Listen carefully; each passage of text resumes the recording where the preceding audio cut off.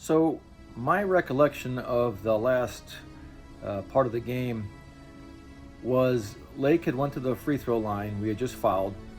They missed a foul shot, the front end of a 1-on-1, and we got the rebound.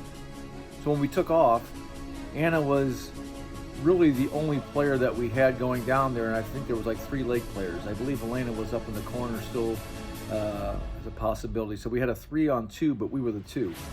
And I didn't feel comfortable with it, so I called timeout because the ball was more towards half court anyway. And we still had 12 seconds, so we had time. So my shot originated from our side out of bounds play. We had 2 options.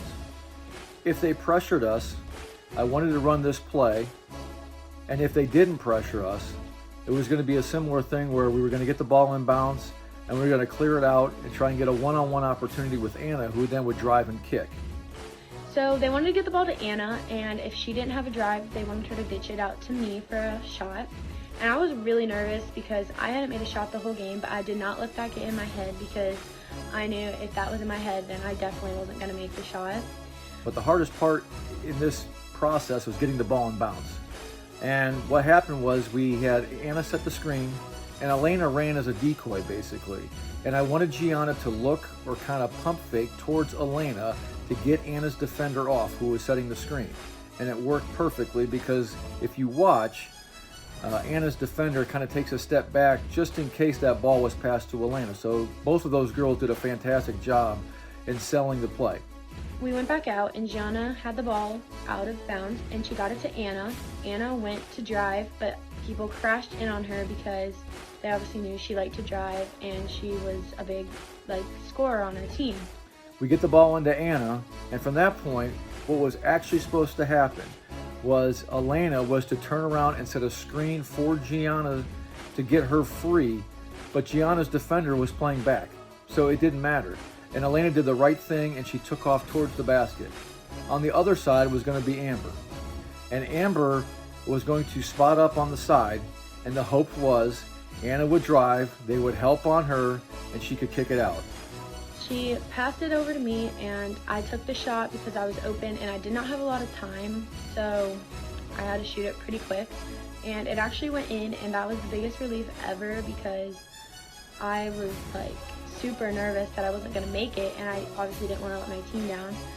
And for Amber, she is so comfortable. That is her shot on that side. She had made that basket numerous times during the season, so having her on that opposite side to spot up was perfect. Elena was free for a couple seconds, who actually had a chance to get the ball, but the way Anna's defender was playing her, she couldn't see her.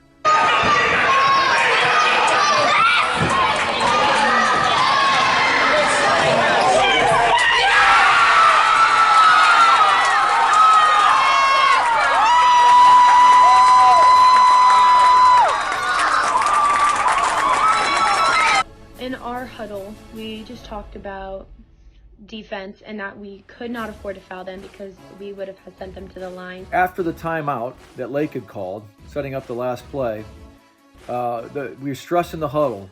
We cannot foul.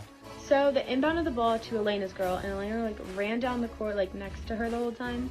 They get the ball into her player, and I am yelling at her to run with her and angle it. And then when her girl went to shoot really far out, she actually blocked her shot. And she kind of stuck her hand up at the last second, and she blocked it.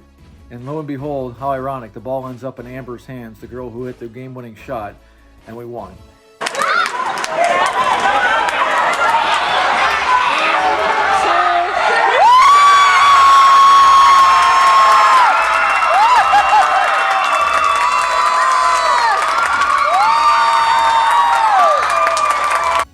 To Amber Shinsky, great shot, pressure moment. I wouldn't have you on that side if I didn't think you couldn't have made it, and there's a reason why we put her over there, and she proved it if you watch the replay. Great shot, and it couldn't have ended any better than that.